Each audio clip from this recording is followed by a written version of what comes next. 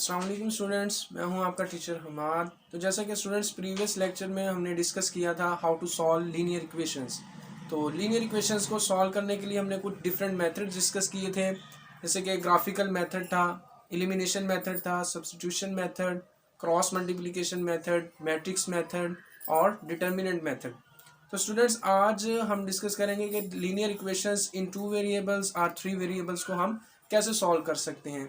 तो आमतौर पे जो है हम लीनियर इक्वेशंस को सॉल्व करने के लिए जो मेथड यूज़ करते हैं वो है मैट्रिक्स मेथड। ठीक है, तो मैट्रिक्स मेथड को हमने लास्ट लेक्चर में भी डिस्कस किया था, तो आज जो है हम उसको इन डिटेल डिस्कस करेंगे। तो चलिए स्टार्ट करते हैं।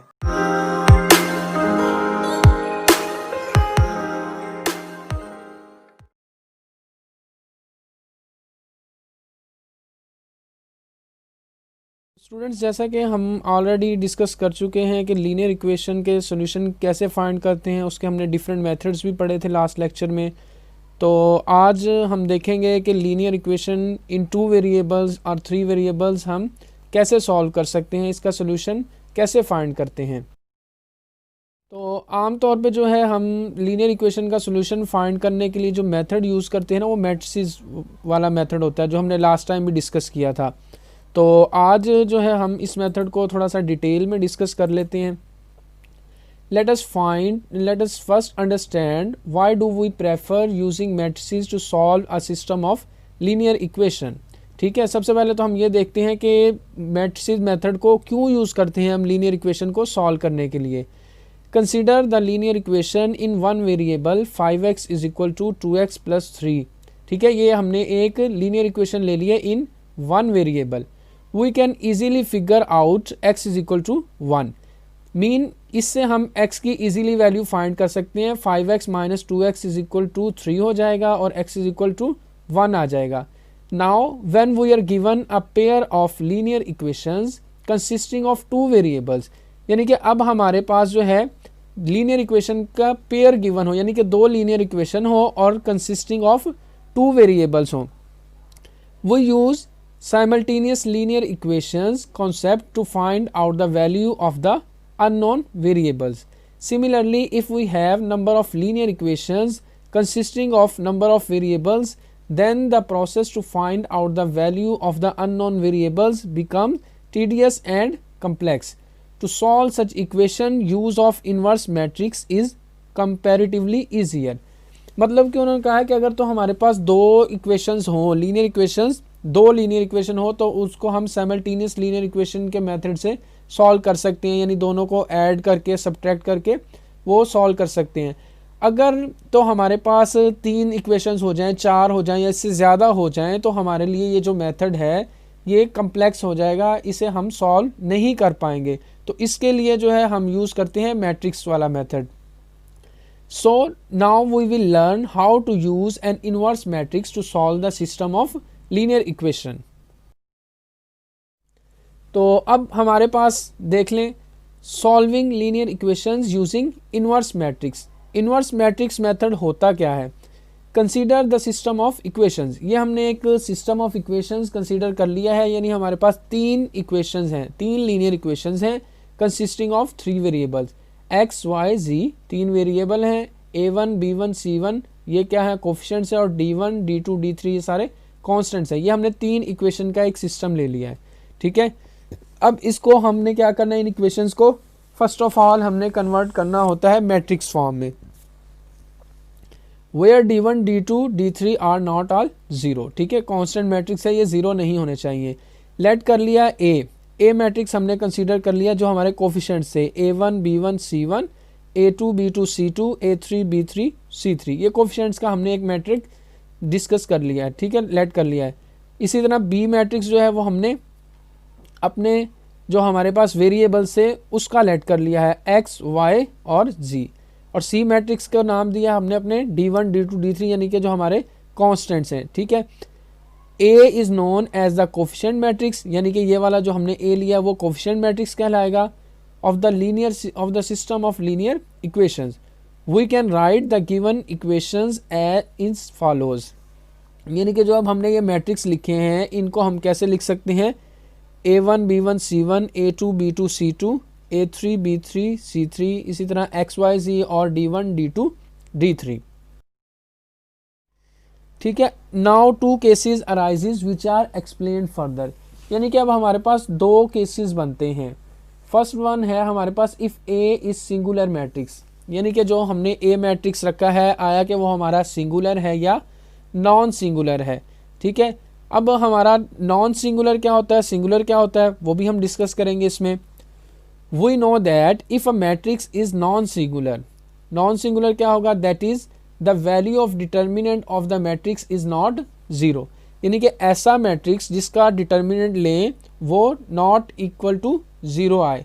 ठीक है। तो मतलब जिसका डिटर्मिनेंट ज़ीरो नहीं होगा वो हमारे पास मैट्रिक्स क्या कहलाएगा, नॉन सिंगुलर।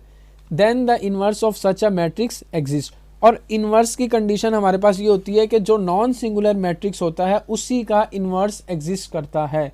सिंगुलर मैट्रिक्स वो होता है जिसका डिटर्मिनेंट ज़ीरो हो, और सिंगुलर मैट्रिक्स का इन्वर्स कभी भी एग्जिस्ट नहीं करेगा।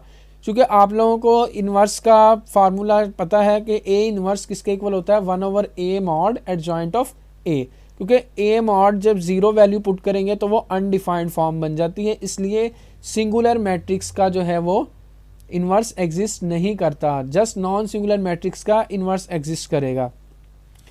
Since A X is equal to B, ठीक है, हमारे पास जो है A X is equal to B हमने लेना है, multiplying both sides by A inverse. ठीक है, ये लास्ट टाइम भी हमने डिस्कस किया था कि x is equal to A inverse B कैसे आया, वही चीज़ यहाँ पे अब दोबारा से डिस्कस कर रहे हैं। ए इन्वर्स से हमने दोनों साइड्स को मल्टीप्लाई किया है, A inverse into A X is equal to A inverse B. ठीक है, इसी तरीके से ए इन्वर्स ए को इकट्ठा किया है, X is equal to A inverse B using associative property. A inverse A is equal to X आ जाएगा हमारे पास, क्योंकि किसी भी नंबर को उसके इन्वर्स से मल्टीप्लाई करते हैं तो हमें क्या मिलता है, आइडेंटिटी। ठीक है, जो कि 1 होता है।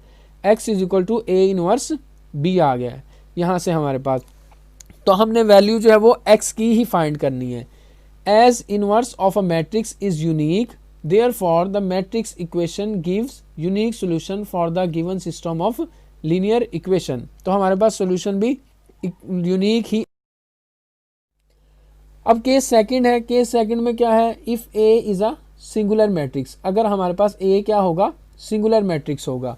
If a matrix is singular then the determinant of A is zero, then we will have to calculate the value of adjoint of A into B. ठीक है, now in case when adjoint of A into B is not equal to 0, then the solution does not exist and the system of equation is known as inconsistent। यानी कि जिस system का हमारे पास solution exist ना करे उसे हम क्या बोलते हैं, इनकंसिस्टेंट बोलेंगे। इनकंसिस्टेंट बोलेंगे जिसका सोल्यूशन नहीं एग्जिस्ट करेगा। On the other hand if adjoint of A into B is equal to 0, then the given system of linear equations could either be inconsistent or consistent and the system could have either infinitely many solutions or no solution. ठीक है, अगर तो हमारे पास 0 होगा, adjoint of A into B equal to 0 होगा, तो हमारे पास पॉसिबल है कि उसका सोल्यूशन एग्जिस्ट करे और नहीं भी करे, यानी कि इनकंसिस्टेंट भी हो सकता है और कंसिस्टेंट भी हो सकता है। जिसका सोल्यूशन एग्जिस्ट नहीं करेगा उसे हम क्या बोलते हैं, इनकंसिस्टेंट, और जिसका सोल्यूशन एग्जिस्ट करेगा उसे हम बोलते हैं कंसिस्टेंट। तो हम चेक करते हैं एक एग्जांपल में। अब जैसे हमारे पास ये एक एग्जांपल है, solve the given system of linear equation. ठीक है, ये हमारे पास लीनियर इक्वेशन का एक सिस्टम मौजूद है।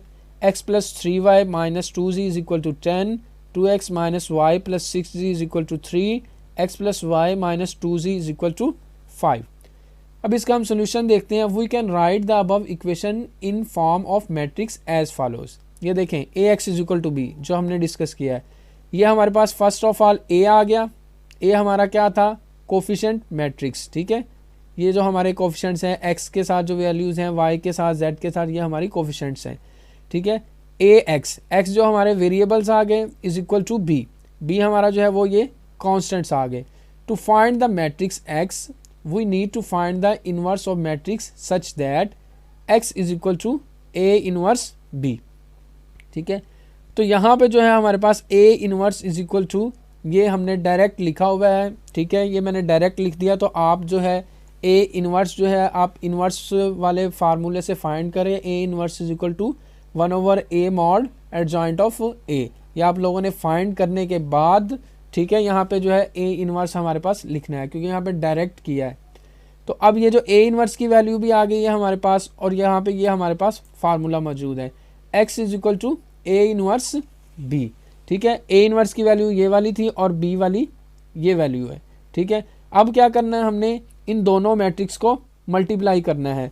तो मल्टीप्लिकेशन का रूल आपको क्या पता होगा, जैसे कि मल्टीप्लिकेशन ये ऐसे होगी जैसे कि हमारे पास जो फर्स्ट मैट्रिक्स है, फर्स्ट मैट्रिक्स की जो हमने रो यूज़ करनी है, जैसे कि ये वाली फर्स्ट मैट्रिक्स की रो और फिर सेकंड मैट्रिक्स का कॉलम, ठीक है। यानी कि फर्स्ट मैट्रिक्स की रो को सेकंड मैट्रिक्स के कॉलम से मल्टीप्लाई करना है, यानी कि -1/5 जो है वो मल्टीप्लाई किससे होगा, वो होगा 10 से होगा, फिर 1/5 3 से होगा, फिर 4/5 5 से होगा, यानी 1/1 इसको सबसे मल्टीप्लाई करना पड़ेगा। इसी तरीके से फिर क्या करना है, हमने सेकंड रो को फिर इससे मल्टीप्लाई करना है, ठीक है, 1/1 1/2 को 10 से मल्टीप्लाई करेंगे, प्लस हो जाएगा 0 करके 0 को 3 से मल्टीप्लाई करेंगे, फिर प्लस -1/2 को 5 से मल्टीप्लाई करेंगे। इसी तरीके से सिमिलरली जो है हमने थर्ड रो को फिर इस कॉलम से मल्टीप्लाई करना है। तो जब मल्टीप्लाई करेंगे तो हमारे पास जो है वो इस टाइप का आंसर आ जाएगा, x is equal to X Y Z है हमारे पास, और ये x की वैल्यू आ जाएगी, ये y की वैल्यू आ जाएगी, और ये हमारे पास z की वैल्यू आ जाएगी। दस द सोल्यूशन, इसको आप इस फॉर्म में भी लिख सकते हैं सोल्यूशन को, जैसे ये लिखा हुआ है, अदरवाइज जो है आप इसको ऐसे भी लिख सकते हैं। Thus the solution of the above equation is x is equal to 60/23, y is equal to 57/23 और z इज इक्वल टू 1/23। तो आई होप समझ आ गई होगी। अगर तो आप लोगों का कोई क्वेश्चन हो तो आप कमेंट भी कर सकते हैं और मुझे मैसेज करके भी पूछ सकते हैं। तो इंशाल्लाह नेक्स्ट वीडियो में हम मिलते हैं, तब तक के लिए अल्लाह हाफिज़।